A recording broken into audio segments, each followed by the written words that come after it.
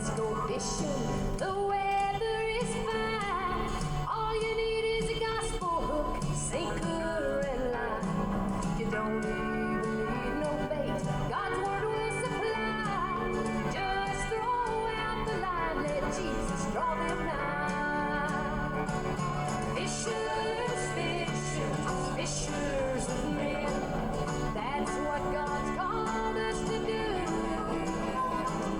Fishers, fishers, fishers of men.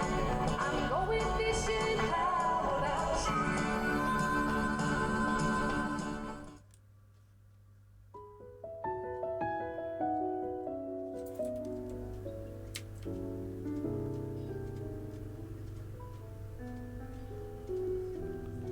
Isang mapagpalang gabi sa inyong lahat, mga kinikilig ng tagapakinig at sumusubaybay sa ating FOM HK Gospel Podcast.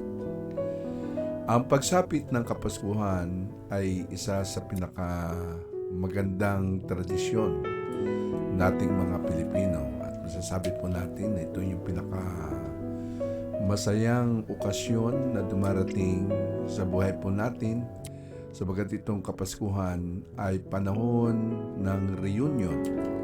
Panahon ito ng pagsasama-sama ng pamilya at ng mga kaibigan. Panahon ito ng pagbibigayan ng regalo at higit sa lahat, iba ang pakiramdam kapag dumarating ang panahon ng Kapaskuhan. At tanda po natin, ito po yung pinakaabangan ng marami, lalo na ng mga OFW, yung mga nagtatrabaho sa abroad, yung mga kababayan po natin na nalayo sa kanilang mga pamilya at talagang tiniis ang homesickness, ang pagod at maging ang kanilang kalungkutan upang kumita lamang ng dolyar sa isang banyagang bansa. So, ito rin po ay buwan na tinataon nila ang kanilang pag-uwi upang magbakasyon. Sinasamantala nila ito upang ito yung kanilang maging rest day at higit sa lahat ay magkaroon ng pagbabalik bayan at pag-uwi sa kanilang mga mahal sa buhay. At mapapansin po natin na hindi na po ito bago na ang bawat isa kapag umuwi.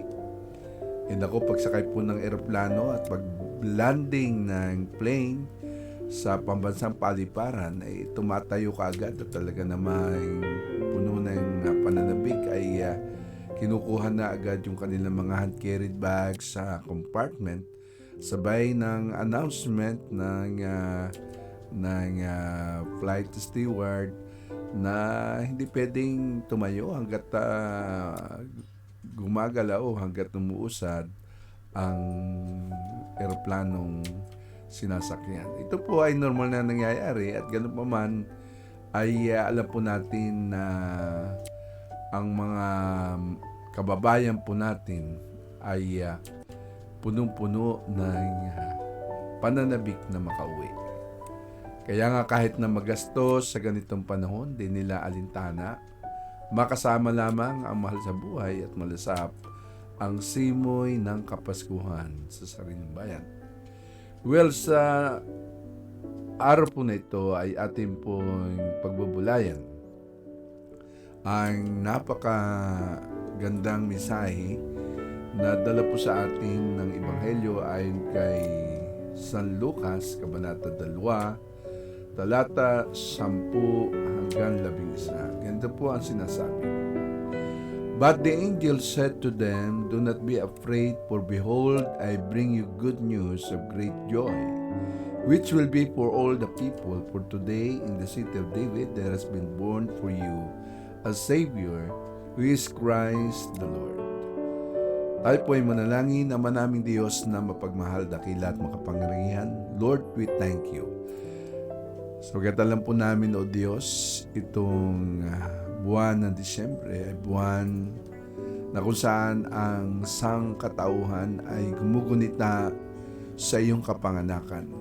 Salamat, O Diyos, sa iyong dakilang pag-ibig sa amin. Salamat, O God, sa iyong dakilang plano, sa pag-aalay mo, O God, ng iyong sariling buhay upang kami ay maligtas.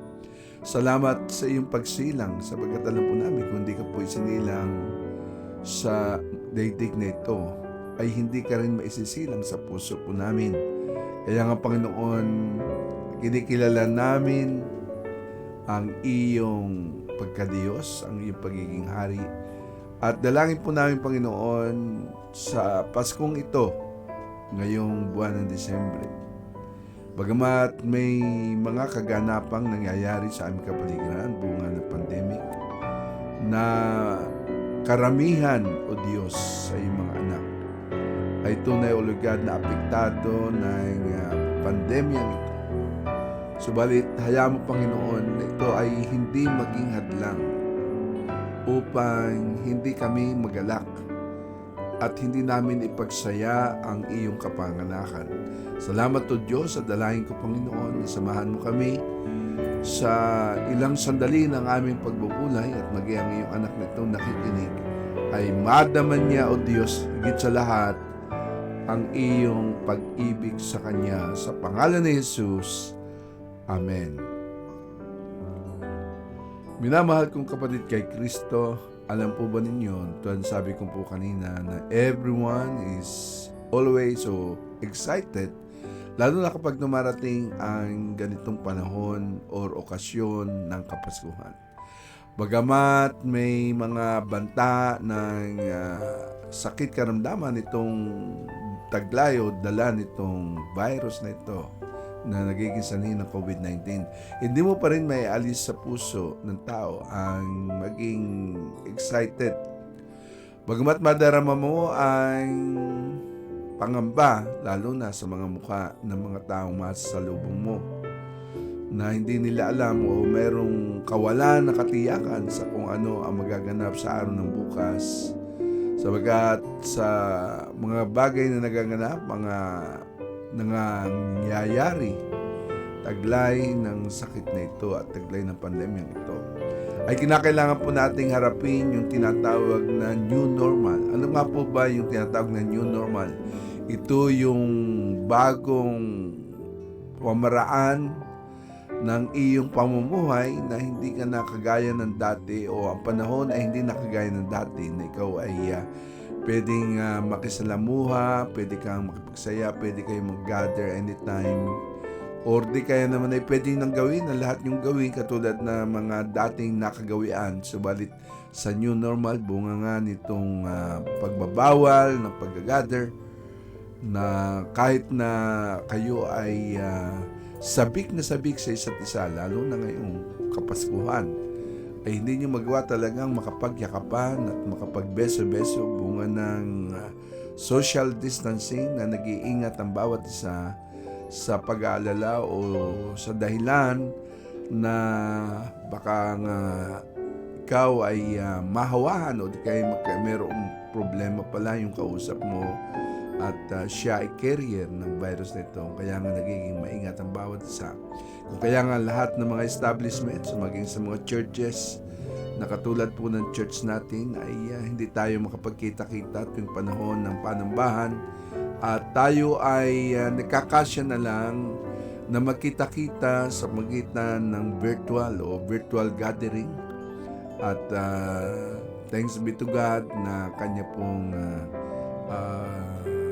pinahintulot na maimbento itong tinatawag na social media, itong Facebook at maging Zoom at iba pang mga means of communication na kung saan ay nagiging paraan nito na kahit wala tayong physical gathering, we cannot touch each other, we cannot shake hands with other fellow brothers and sisters, and yet we can still see each other pamagitan po ng Zoom. At yun yung bagong pamamaraan sa ating pagsamba, ay doon din tayo nakikita-kita, virtual gathering, ito tinatawag na digital ministry. At dito tayo nagkakakumustahan, dito tayo nagkakakwentuhan. At ito raw ang pinaka-safe na paraan upang hindi tayo mahawa. Dagdag pa rito yung ating pagsusuot ng face mask and face shield. Sa Pilipinas ay hindi ka pwedeng lumabas na hindi taglay o hindi suot yung dalawang ito, face mask and face shield. Well, dito naman sa Hong Kong, pwede tayong naka-face mask lang. But sa ibang lugar na kung saan ay mas malaki ang bilang ng mga nahawahan or may sakit or naapektuhan itong COVID-19 ay nire-require na mag-face shield. So, habang papalapit ng Pasko, lalo po itong, sabi ko nga, nagiging kapanapanabik. Pero, sabi ko nga sa inyo kanina, ang tanong, tulad ng ating titulo sa ating paksa ngayon, ilang araw na nga lang, Merry Christmas na. Anong araw po ba ngayon? Monday.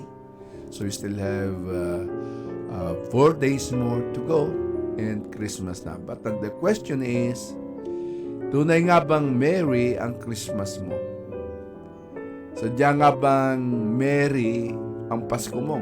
So sa mga nagdarahop, sa mga naghihirap, sa mga na-terminate o di kaya naman nawala ng trabaho at walang sapat na pantustos sa kanilang pang-araw-araw na kabuhayan at pangangailangan. Ito na nga bang merry ang Christmas nila? Sa mga kapitbahay o kababayan natin na isang kahig isang tuka kung tawagin dahil sa sobrang kahirapan, ito na nga bang merry ang Pasko nila? So maging sa mga naudila, sa mga nawalan ng mga minamahal nila sa buhay sanhi nitong COVID-19, sa mga binawian ng buhay na nahawa nitong virus na ito na hindi nila napagtagumpayan ang atake nitong sakit na ito. Yung mga naiwan nilang mahal sa buhay, tunay nga bang merry ang Christmas nila?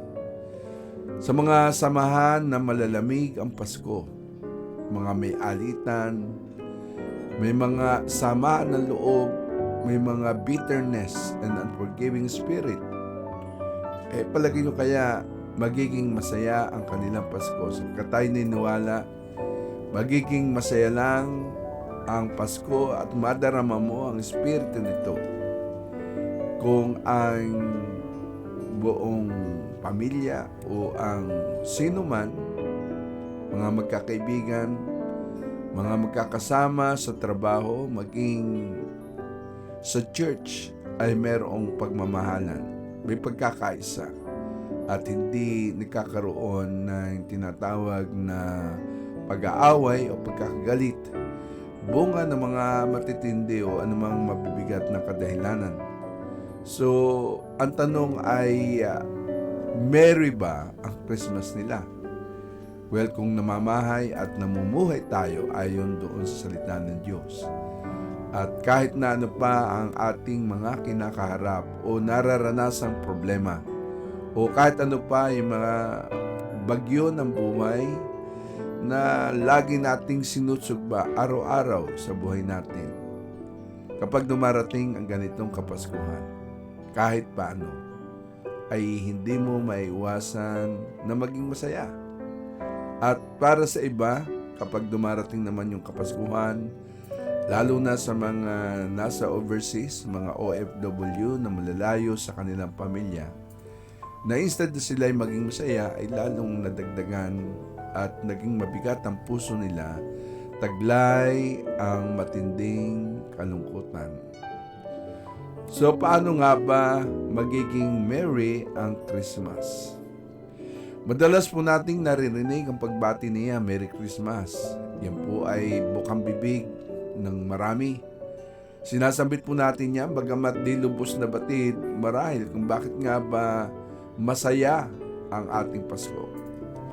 Well, for your information, ang kauna-unahang Pasko ay hindi lamang silent and holy night. Ito ay puspos ng kagalakan.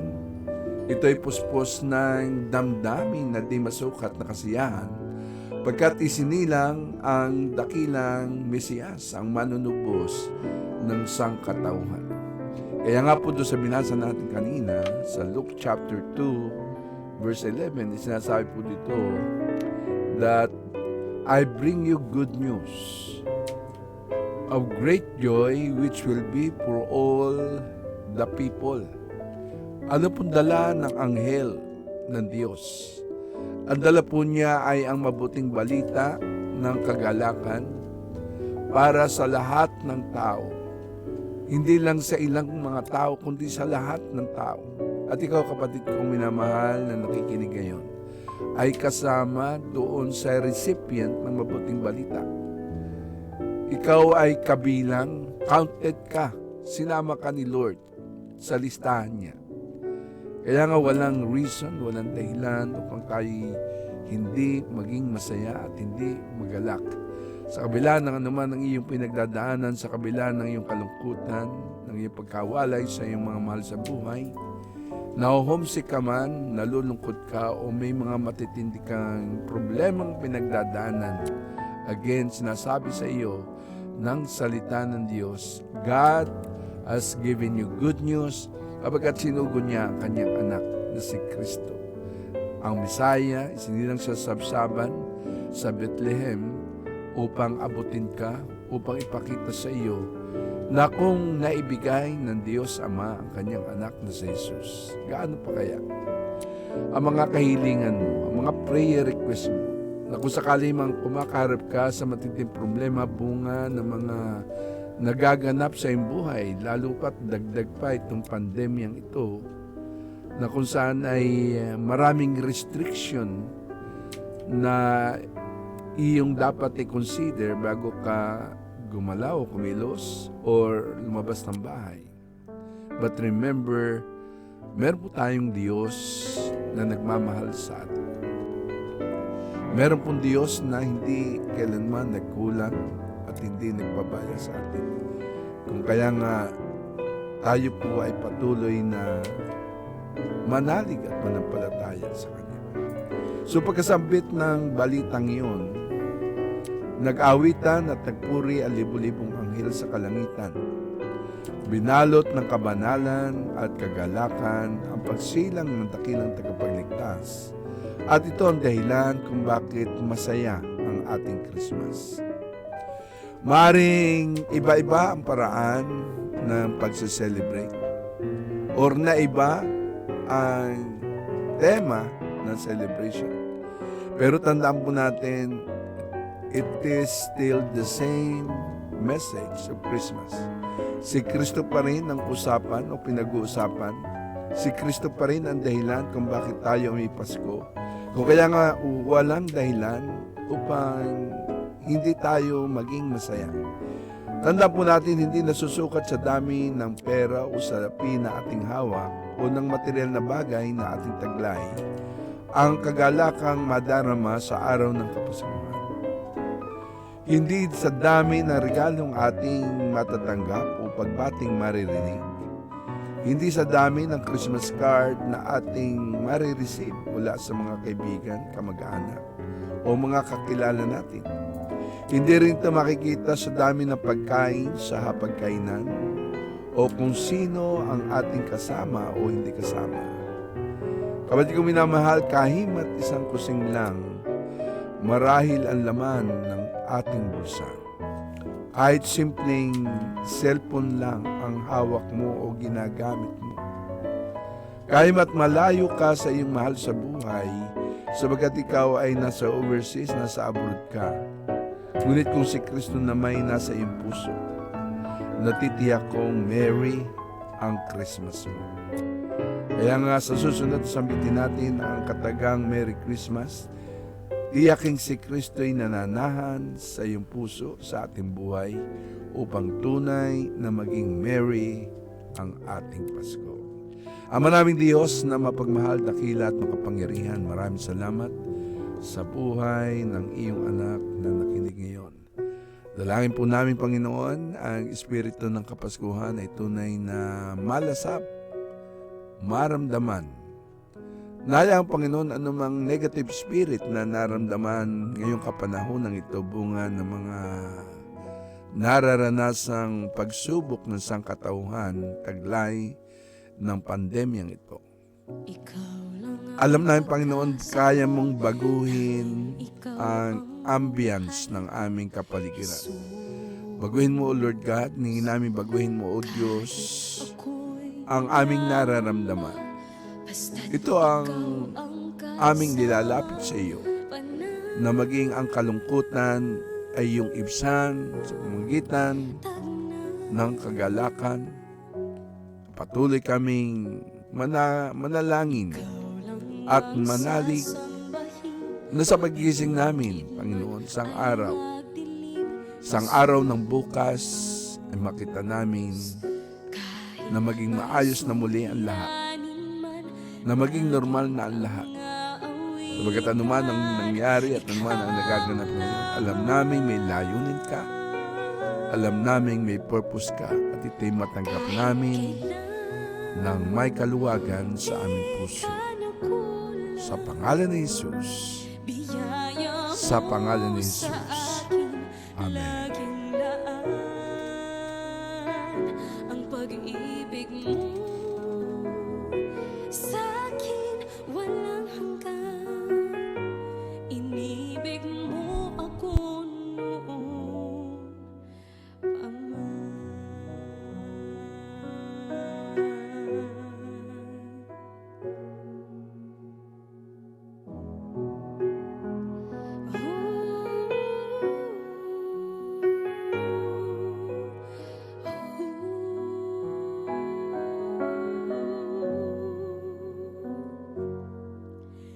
Ikaw lang ang sasambahin, paligid man ay magdilim, Jesus.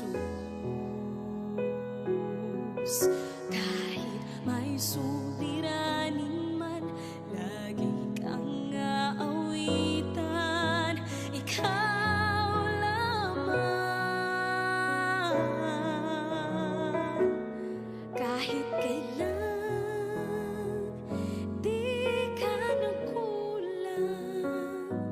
biyaya mo sa akin laging laan.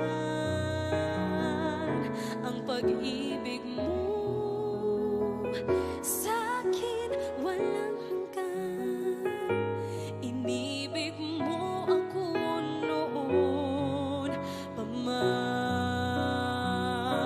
Panginoon, dakila ka tapat sa dalangin ko. Ako'y inibig mo kahit ako ay ganito.